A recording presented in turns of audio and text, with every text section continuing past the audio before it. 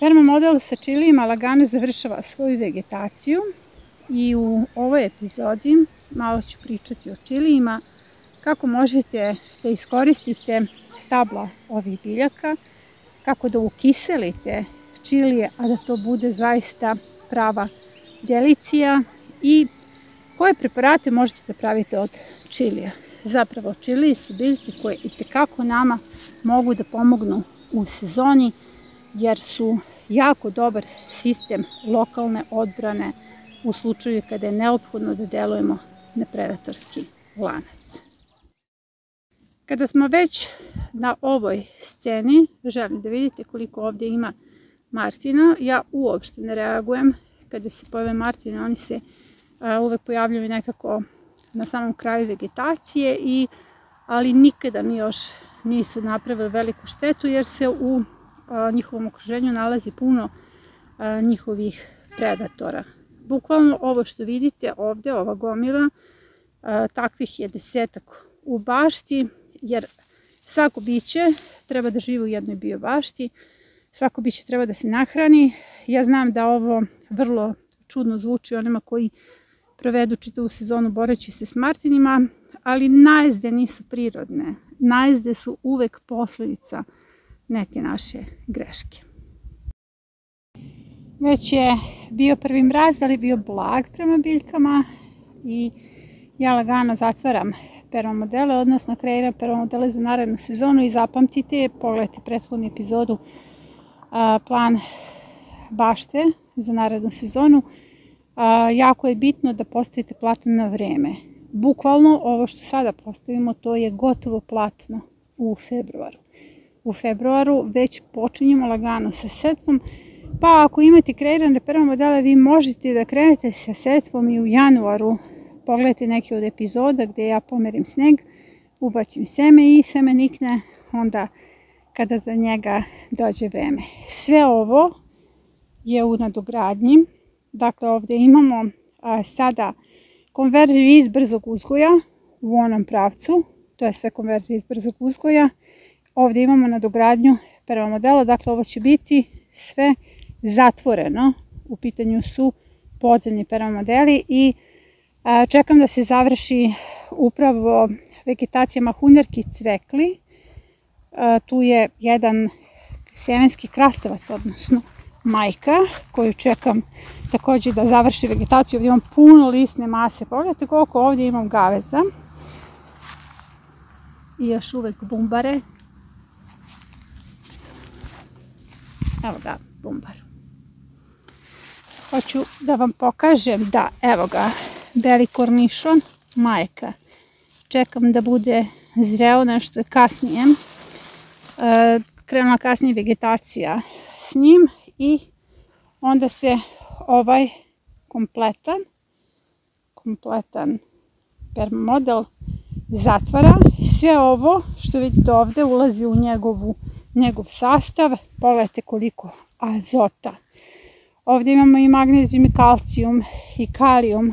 Ovdje imamo kalijum, znači kukuruz koji u sebi, osim što je kabasti materijal, ima puno fluora i kalijuma. Znači kompletan jedan mineralni sastav će ući u ovaj permamodel.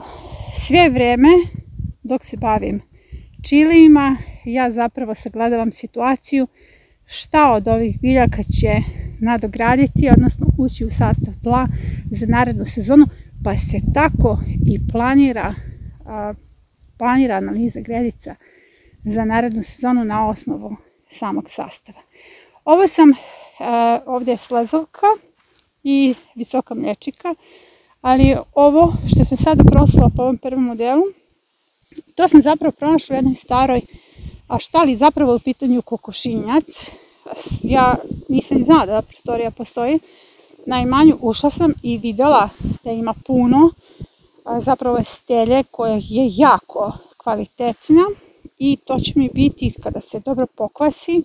Tu će se uživjeti mikroorganizmi, dalje ide nadogradnja, ali eto vidite, najlepše u permamodelima jeste što je bukvalno sve oko vas resurs i što vas permamodeli nekako motivišu da puno učite, da zaista učite o vašoj okolini i o tome gde zapravo živite. Evo i lišće samih voćaka uskoro ulazi u izgradnju permamodela. Sadnja čilija u mojoj biobašti je najjednostavnija zato što su permamodeli spremni i treba mi za jednu gredicu od 3 metra, širine 1,20 m, 14 minuta da obavim sadnju i o tome ja stalno govorim. Vama je da pripremite platno, dakle da postavite permamodele, a nakon toga je sve ostalo lako. Kada pripremite permamodele i kada pripremite svoje boje, odnosno palete, a to su upravo sadnice ili semena, vi dalje nemate nikakav problem, sve ostalo jeste uživanje. Jer baštovanstvo zaista ne bi smelo da bude stres, gde stalno žurimo i pokušavamo da stignemo i sezonu i da sezona stigne nas. Baštovanstvo je zapravo uživanje i jedino tako može da ima terapijski učinak na sve nas. Pogledajte kako se lepi moji čiliji, u različitim su i bojama. Ovdje dominira crvena, žute i narandžasta boja, ja sam takve sorte sadila. Ovo su jako aromatične gelbekirče, sadnice, kao male loptice. Pa vrlo su ljute, ali ne previše, više imaju i nekakvu aromu kao da su zadimljene nečim i njih uvek posebno kiselim. Kiselim s belim lukom i pršunom i o tome ću nešto više da govorim u ovoj epizodi. Sada želim samo da vam pokažem kako su ovi čiliji rodili, a da pritom baš nijednom nisu okopani i pa nisam imala ni potrebe da nadograđujem ovaj permamodel. On je, kao što vidite, odradio svoje, jer pa jedino se plodovi računaju, jel? A ono što je čini sam plod zdravim jeste način na koji je uzgojen, odnosno to je ta ljubav prema tlu. To je ono što osete biljke. Najvažnije od svega što bi trebalo da uđe u nadogradnju permamodela jeste upravo koren.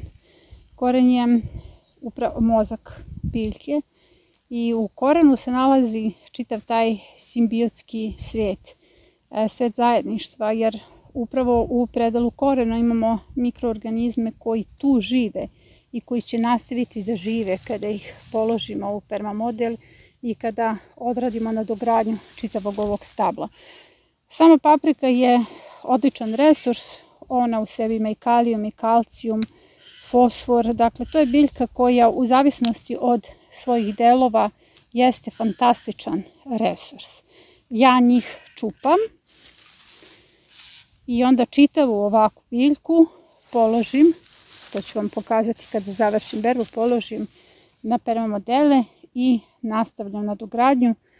Vrlo mi je bitan ovaj deo gdje je život koji će se nastaviti i koji će se umnožiti, jer tu su zapravo ta staništa je potrebno sačuvati i iz tih staništa će nastaviti nova populacija mikroorganizama. I dok berem ove čilije, razmišljam o tome koliko mi ništa ne znamo o biljkama, ne znamo ništa o njihovom korenu, koliko se prostire, koliko je zapravo živ, jer koren je mozak biljke, nemojte to nikada zaboravite. I upravo ovo korenje je nama neverovatno važno u permamodelima. Zapravo se danas kopao neki kanal, bio je neki kvar i 10 metara od tog kanala nalazi se jedna šljiva, stara šljiva, i kada su kopali taj kanal, oni su naišli, odnosno morali su bukvalno da preseku žile te šljive. Ja sam im posle rekla da se šljivi izvine i zahvale što im je dala pristup kanalu i oni su to uradili, ali šta je poenta ovog što vam govorim? 10 metara od stabla nalaze se žile same šljive. I ne samo tu, one se prostiru mnogo dalje od tog mesta gdje se kopao kanal. A šta rade ti voćari koji vrlo malo zapravo znaju o voćkama, okopavaju zemlju oko samih voćaka i misle da su nešto uradili. I to je meni uvijek bio besmislen posao, pošto ja isključivo malčiram i sva trava ostaje u voćnjaku, odnosno malčerke usitne travu i to je ujedno i hrana samim voćnjacima i nakon toga prskam bioaktivatorima, odnosno aktivatorom trag biljke koji pospešuje razgradnju te trave i nikada, ali baš nikada nisam okopala svoj voćnjak i od uvek mi je to bilo besmisleno. Tako da je ta šljiva danas i svima pokazala koliko je besmisleno kada naprave obruč oko stabla voćke i onda to kao se nešto kopa i onda kažu mi smo okopali voće, ali zapravo nisu napravili ništa, samo štetu. Kako lep buket. Predivne male čili papričice.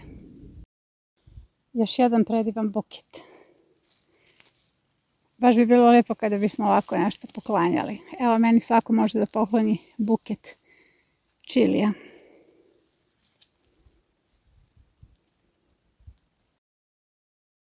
Život je protok, jer ono što je dalo naše plodove, davaće plodove i naredne sezone zato što ulazi u sastav tla.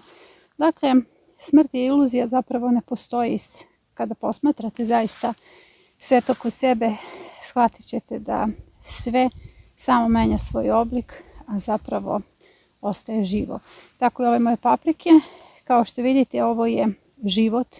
Ovo nije kraj sezone, jer one ulaze u sastav novih permamodela i ulaze u život novih biljaka. I tu je sva lepota prirodnih zakonitosti. Ovo su moje čili paprike. Imam tu negde punu gajbu i 3 buketa koje ću pokloniti. I sad idemo dalje na pripremu preparata i na konzervaciju, odnosno pripremu zimnice od čilija. Usput ću pokupiti peršun jer mi treba dosta peršuna. Ovo je peršun iz setvenih mreža. Setvene mreže su pokazale zaista jednu dobru dinamiku 9, gdje sam puno učila i proizvela veliku količinu hrane. Pored peršuna treba će nam još i beli luk. Ja ću ove biljke koje su višak da očistim. Za sad mi je samo bitno da požarim jer se sprema kiša.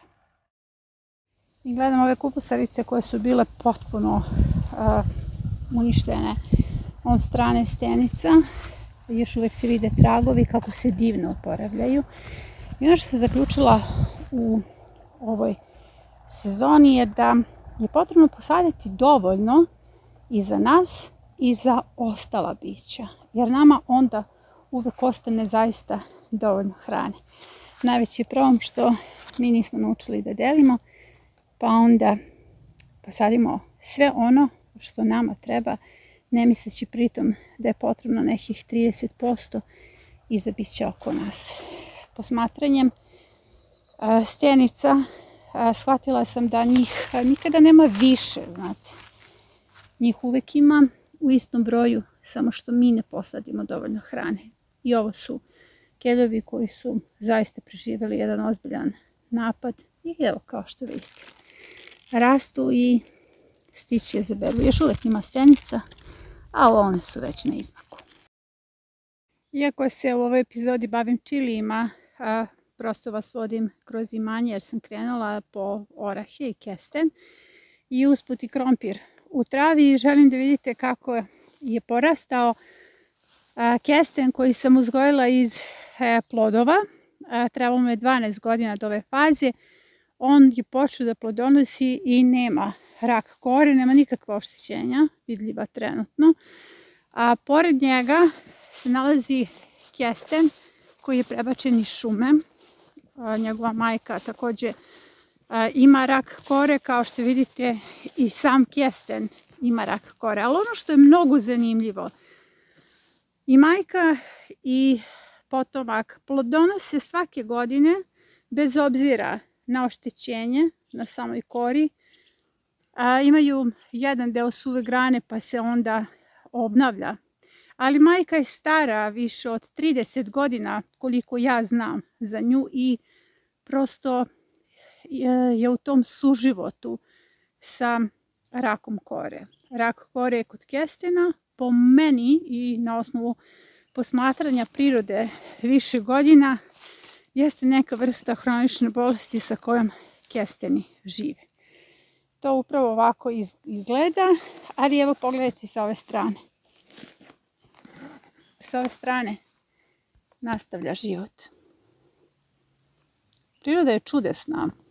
Najveći problem što se zaista malo trudimo da je gledamo iz perspektive jedne biljke. Aha, evo i prvih plodova. Mnogo sam ponosna. Sećam se kada su ti plodovi donešeni, bili su krupni. Ja sam ih stratifikovala odmah i te godine sam imala mlade sadnice. Sadnice su ubačene u baštu i prebačene na stalno mesto u 3. svojoj godini. Ovdje je posađeno 40 kestena. Kestenova. I svi su dobro rodili. A ono što je najvažnije, svi su nekako moja čeda. Ponovo krompir na travi. Cima potpuno zdrava. Došla sam da uberem onoliko koliko mi je potrebno za obrok. I evo ga. Vidite kako je to dobar prizor.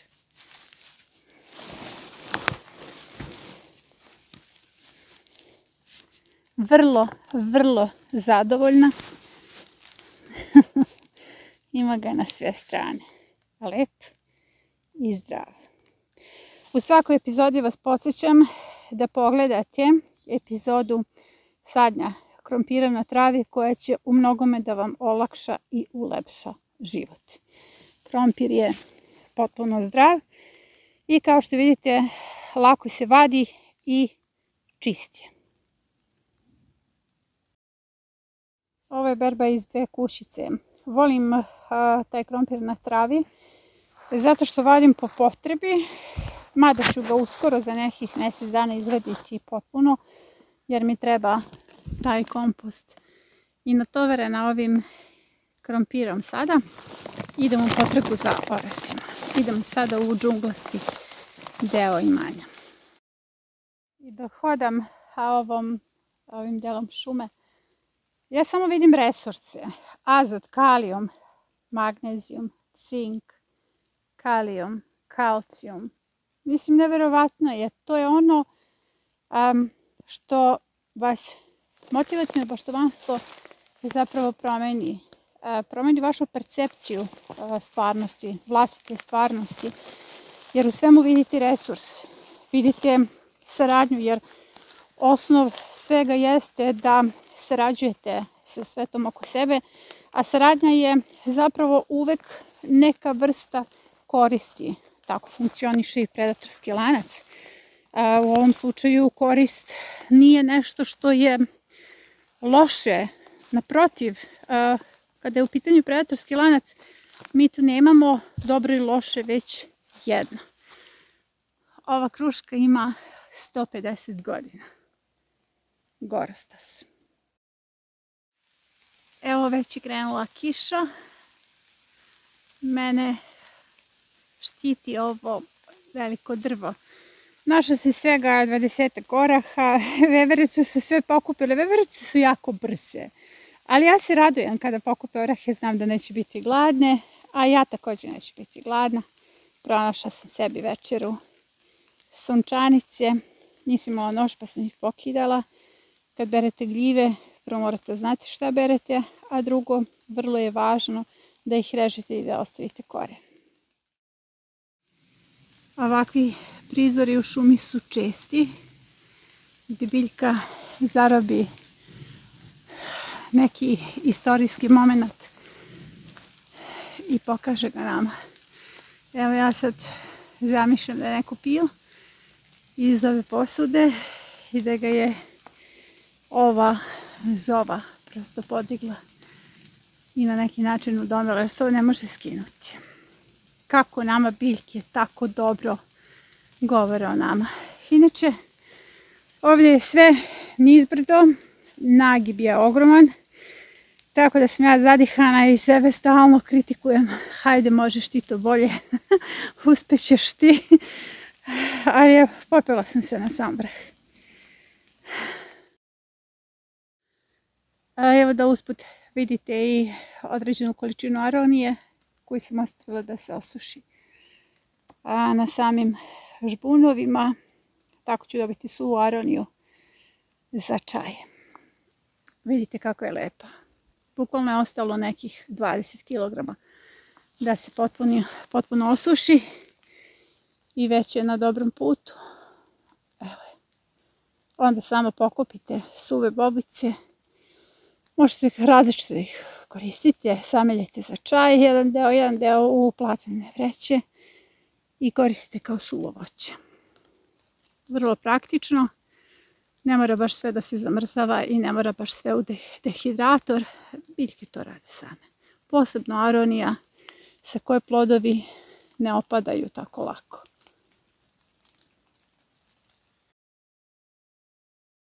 Dakle, bila sam u šumi, uzela sam krompir, pošto je on u šumi, orah, uzela sam gljive, aroniju, sada ću uzeti lisnati kelj.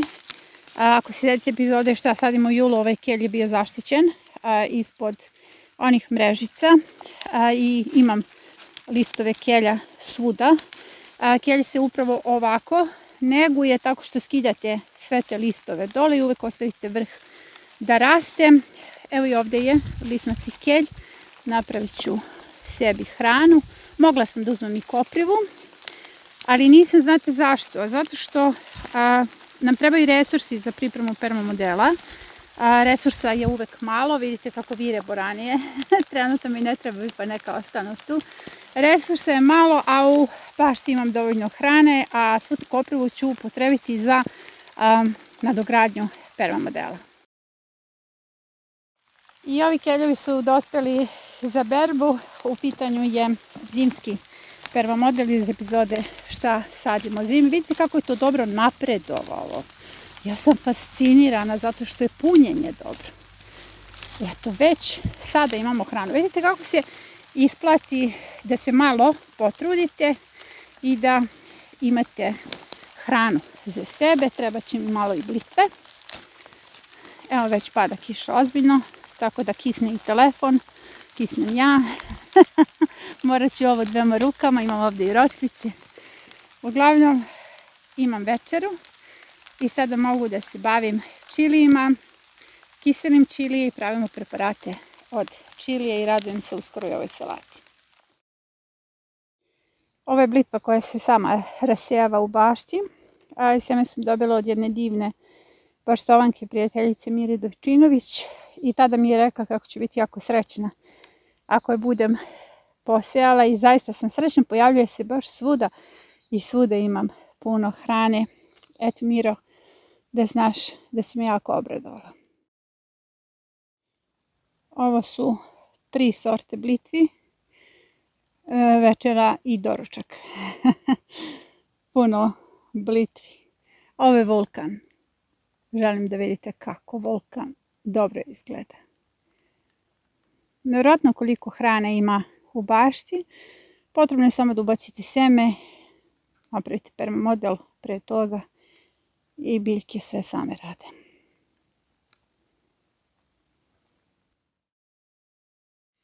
I evo malo seoskih momenata.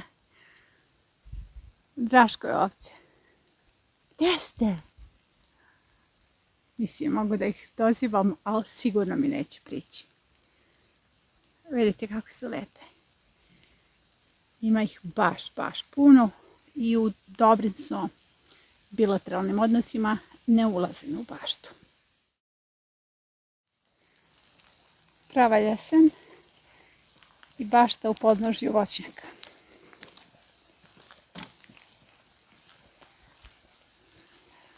Vidite kako je sve zeleno i živo, a oko nas jesen.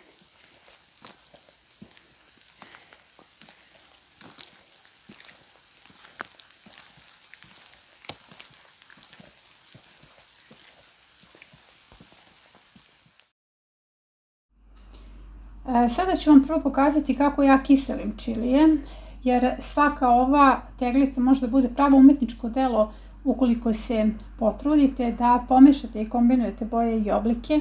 Uglavnom, ove male gelbekirče kiselim u kombinaciji sa zelenim zasebno, zato što imaju posebnu aromu, ali ih dodajem drugim teglicama, pre svega zbog oblika boje i upravo zbog arome. One imaju nekakvu zadimljenu aromu i to jako daje poseban pikantan ukus čitavoj teglici. Ove paprike ću prvo da očistim. Vi koristite rukavice. Ja ne koristim rukavice zato što imam iskustvo rada sa čilima. Dakle, potrebno je skinuti upravo ove peteljke dotle, ne više. Nakon toga ćemo ih obariti u tečnosti. Recepturu tečnosti ću vam dati u daljem toku epizode. Sada ove paprike varimo u tečnosti 5 minuta. Tečnost se pravi od 3 litra vode, 1,3 litara 5% jabučnog sirćeta, 200 g šećera i 100 g soli. Dakle, 5 minuta se vare paprike, nakon toga ovo sve hladimo i radimo sa hladnim dalje materijalima. Za dalji tok rada potrebno da se paprike ohlade. Ohladi se i sama tečnost. Ovdje sam iseckala peršun i beli luk. Ovdje je glavica belog luka i naravno potrebna vam je jedna čista tegla. S obzirom da ja radim jednom rukom, a drugom snimam, pokušat ću da iskombinujem boje. Tako što ću na dno prvo da stavim crvenu. Vidite, jer je jako lijepo kad imate slojeve. Evo jurim crvenu,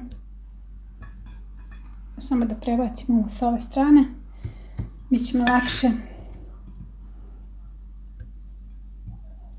Crvena, zatim sloj pomešanog peršuna i belog luka. Zatim ću staviti zelenu,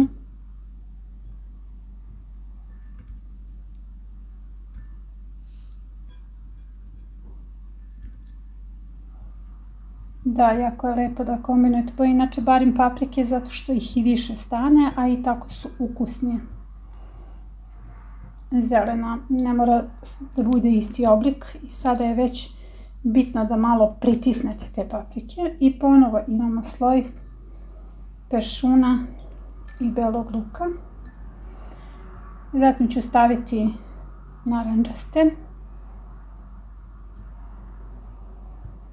Vidite kako su lepe.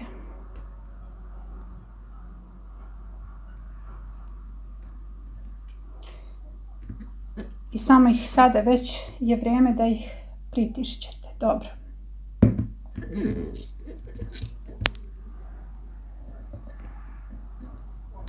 Ponovo ću staviti red peršuna i belog luka. Sada ću ubaciti ovakve žute paprike, neka vrsta kajena.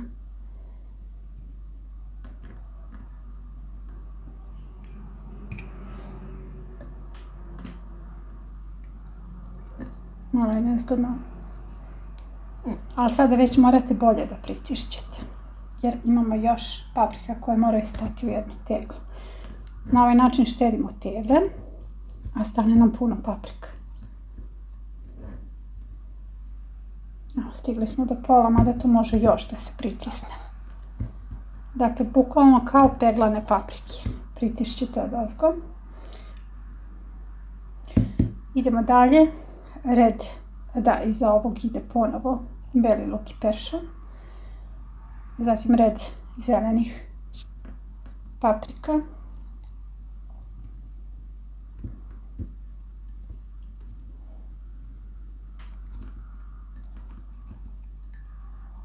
Ona mogu da se savijaju lepo i da prate oblik.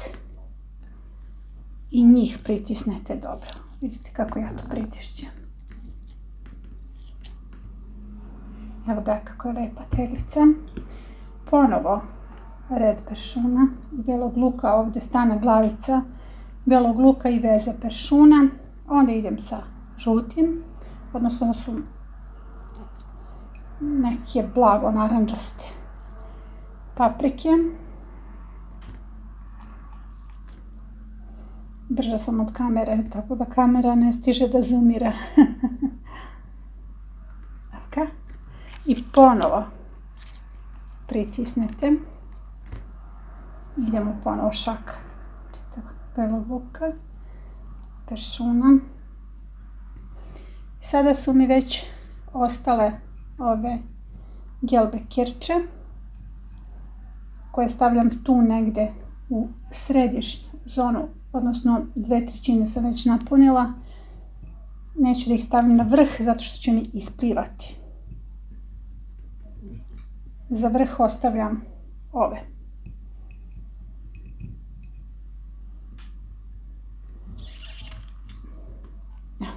Mada će mi ruke biti potpuno ljute.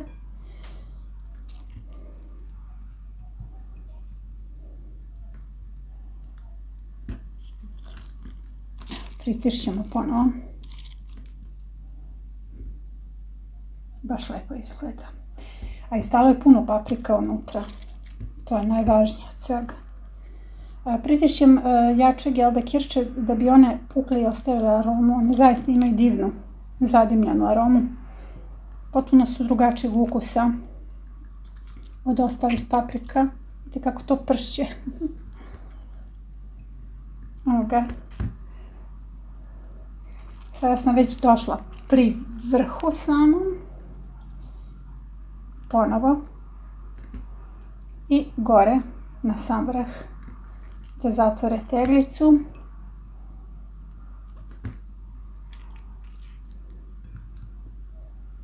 Ove široke.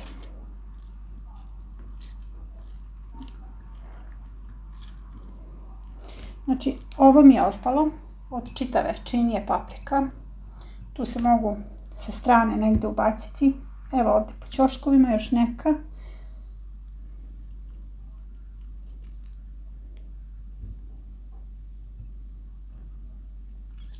Čisto da pritisnu i da daju aromu. Znači u jednu teglu paprike je stala puna ova činija varenih paprika. Vi na taj način štedite tegle. I kada otvorite jednu teglu, onda tu imate zaista veliku količinu hrane, jer ja baš ne volim kada se sirove paprike kisele, zato što vam u principu nekih 10 paprika zauzme čitavu teglu. Sada, to je to što je ostalo, ne može više da stane. Sada ću ostatak luka da stavim na vrh.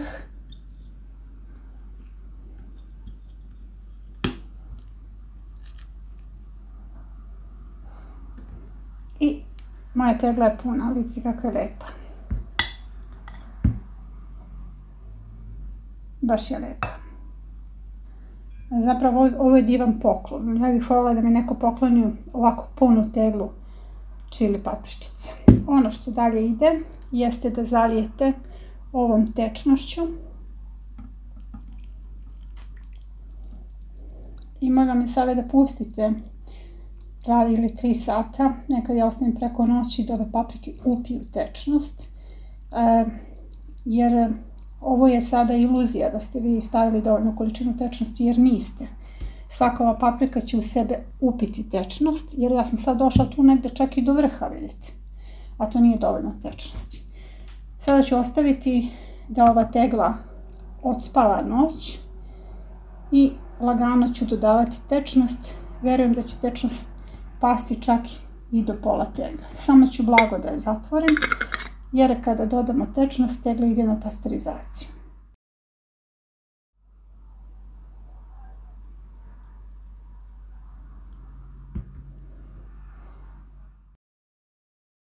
Ostavila sam teglu da prespava, odnosno prenoći u kuhinji i dobila sam dobar rezultat. Sve paprike su upile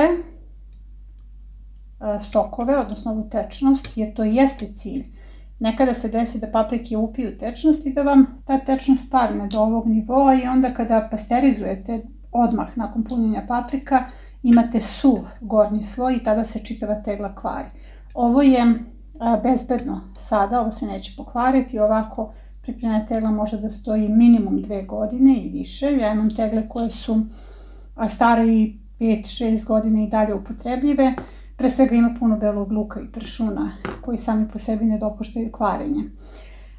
Dalje, kada ste proverili ili dolili tečnost, jer ja sam pritisla dodatno paprike i dolila tečnost, stavlja se originalni poklopac, što znači nov poklopac. Stare poklopce reciklirajte i koristite ih za sušenje semena, a nove poklopce uvek upotrebite za pripremu zimnice, jer zaista poklopac nekada može da bude upravo taj uzrok kvarenja zimnice. Ovo je sada potrebno dobro pritegnuti, 2 ruke i ide na pasterizaciju 80 stepeni 5 minuta, ne treba više 5 minuta, sve ovo skuvano, nema potrebe da kuvamo, nego je potrebno samo da se uradi pasterizacija. Pasterizaciju radim u šerpi, stavite neku krpu na dno, poređate tegle, napunite vodu do vrha, dakle do ovog dela gdje je poklopac i kuvate tako što vam vri nekih 5 minuta. Nakon toga samo skinete čitavu šerpu, poklopite i ostavite da se sve to dobro ohladi.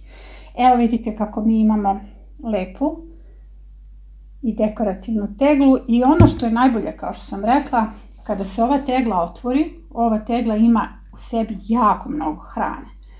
Da nisu kuvane i na ovaj način pritiskom peglane paprike, mi bismo ovdje imali možda nekih 15 plodova, pa i više zato što su sitni plodovi, ali i kombinacija krupnih i sitnih, tu je bilo nekih 15 plodova koji bi zauzeli čitavu teglu i tu bi bilo u principu hrana dovoljna za porodicu za jedan obrok.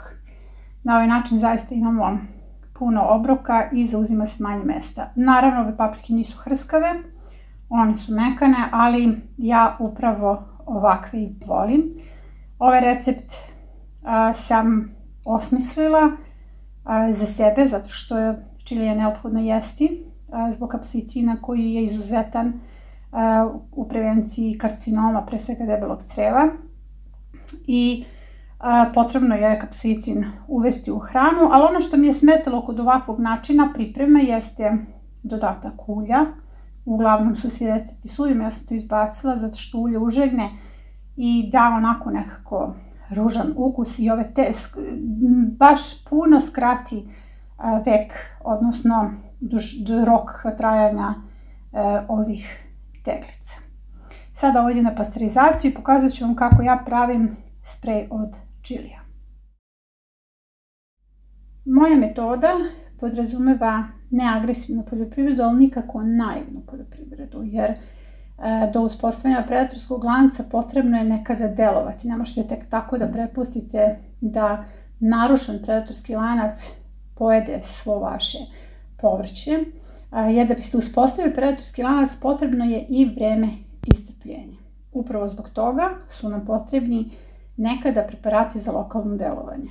Naročito kada je u pitanju najezda insekata kao što je lisna vaš ili stjenice, tada je potrebno imati pri ruci preparate od čilija. Ja pravim jako mnogo sprejeva od čilija u različitim kombinacijama, a sada ću vam pokažem vrlo jednostavan sprej. Potrebno vam je tegla od 750 ml i u tu teglu treba iseckati ovoliku količinu čilija. Ja koristim kajene, kajene su dovoljno ljute i potrebni su sveži čili. Ovaj preparat kada ga pripremimo može da stoji 6 mjeseci do godinu dana u frižideru. Zato možete sada kada imate sveže čilije da pripremite taj preparat. Dakle, iseckate čilije upotrebit ćete rukavice obavezno. Meni su ruke gorele juče. Kada iseckate čilije, stavite ovu teglu, nalijete do vrha vodom, stavite originalni poklopac jer je potrebno mućkati povremeno 4 do 5 dana. Ta tegla sa sastojcima stoji 4 do 5 dana i povremenim mućkanjem mi zapravo dopuštamo da se ti čili i raspadnu. Čili je potrebno zaista sitno iseckati i tu će doći do blagog procesa fermentacije. Nakon toga ćete ovo procediti i ovaj preparat držite u frižideru, stavite one male bočice za sprej.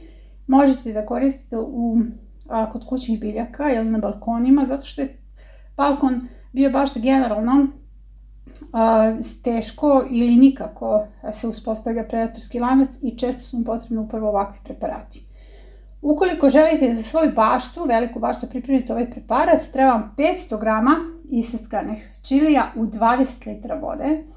To isto stoji 4 do 5 dana u nekoj kanti, povremeno mešajte. Kada procedite, stavite u flaše i držite u frižideru ili na nekom hladnom mestu i kao što sam rekla možda stoji 6 mjeseci. Nakon toga se direktno koristi, ali svaki preparat pre nego što ga upotrebite na sve ostale biljke, treba da testirate na jednoj biljci da vidite kako biljke reaguju, da ne bi došlo do opasnosti da se spali list. Meni se to do sada nije desilo, ali zavisi od toga i kakva je biljka i kakvu ste koncentraciju napravili. Dakle, mi pričamo o neagresivnoj poljoprivredi, ali ne i naivnoj. I u nekim fazama, dok niste još uvek uspostavili predatorski lanac, itekako možete da delujete. Takođe, čili prah može da pomogne i kod puživa. To je tuđe iskustvo. Ja retko delim tuđe iskustva, ali ovdje je priča o upotrebi čilija u prevenciji i pa na neki način i terapiji predatorskog lanca. Prema tome, jako je bitno da ukoliko ne jedete čilije, uvedete ih u ishranu zbog kapsaicina kao prevencija karcinoma debelog creva i da uvedete čilije kako biste imali upravo dovoljno sastojaka za pripremu preparata koji su itekako važni u regulisanju predatorskog lanca. I tako sam na licu mesta imala priliku da se uverim kakav je zapravo mozak biljke, jer njen koren jeste njen mozak i upravo sada hodam po jednom spletu mozgova koji drže planetu. To je jako bitna spoznaja za sve vas. Postoji mnogo studija koje objašnjava kako se zapravo biljke hrane, kako biljke donose odluku, kako biljke rastu. Jer to jeste zapravo suština motivacionog baštovanstva. Zašto? Zato što možete da ostvarite suživot sa biljkama, a ne da stalno brinete o tome da li će biljka da uzme neku količinu hrane, da li ste dovoljno brinuli o njoj. To su prabića, to je prasvet. Najstariji svet na planeti jesu biljke. Sve ovo su duboko mislioci. Oni su povezani korenjem i međusobno komuniciraju. Na nama je samo da se prepustimo da nas biljke vode i da se oslobodimo strahova, jer biljke koje prepustite prirodi i vaše uzgojene biljke i ukoliko uvedete prirodu u svoju baštu, vi ste oslobođeni. Biljke prosto sve same rade.